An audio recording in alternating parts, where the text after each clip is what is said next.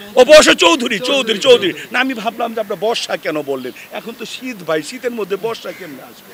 নিপুণের বিষয়টা যেমন সত্য প্রকাশিত হয়েছে, আমার বিরুদ্ধে একটা অভিযোগ দেওয়া হয়েছিল, এটা বর্ষা চৌধুরীর পক্ষে যাবে কি রাসেলের পক্ষে যাবে বিষয় না, সত্য প্রকাশিত হবে। সেই জায়েদ খান বা অন্য কেউ তারাও আমাকে কোনো সমর্থন দেয়নি, এবং আমার আল্লাহ রাব্বুল আলামিন এটা ব্যবস্থা করেছে, সত্যের জয় সবসময় হয়। সেই নিপুণের মুখ দিয়েই বের হয়েছে যে অভিযোগটা মিথ্যা ছিল না। তবে আমি আবার বলবো, আমাদের দেশের প্রীতি থাকবে, যেমন আমাদের নিজস্ব প্রীতি থাকবে।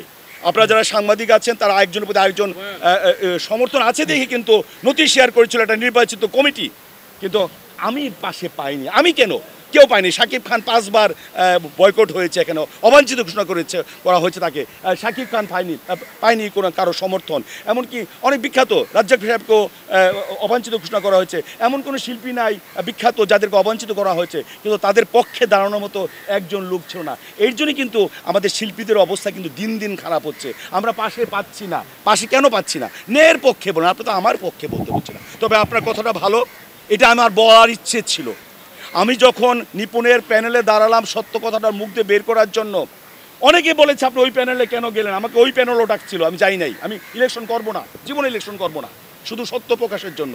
আমি তখন বলেছিলাম, আমাকে আক্রমণ করা হয়েছিল ইফতারিতে, যে তখন আপনারা কোথায় ছিলেন যখন আপনারা সারাদিন দেখেছেন যে ইলেকশন বৈধ হয়েছে, সুন্দর হয়েছে। আমি ঘন্টায় ঘন্টায় মানে প্রকাশে লাইভে দেখিয়েছি, তখন তো কেউ ছিলেন না। এখন বলছেন কেন আমি ওই প্যানেলে গিয়েছি। তবে আমাদের সকল শ্রেণীর লোকদের একাত্মতা থাকা দরকার, আমাদের ইউনিটি থাকা দরকার, আমাদের প্রফেশনের প্রতি আমাদের মমত্ববোধ থাকা দরকার, আমাদের সমর্থন থাকা দরকার, আমাদের সহমর্মিতা থাকা দরকার, আমাদের সহযোগিতা থাকার দরকার, নাহলে কোনো গোষ্ঠী টিকতে পারবে না।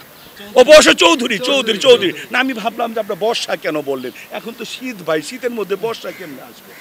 বর্ষা চৌধুরীর বিষয়টা আমি কালকে জেনেছি, যে বর্ষা চৌধুরীর সাথে রাসেল মিয়ার একটা সম্পর্ক ছিল এবং বিবাহ পর্যন্ত গড়িয়েছিল, এবং সেই ছবিও আমরা দেখেছি।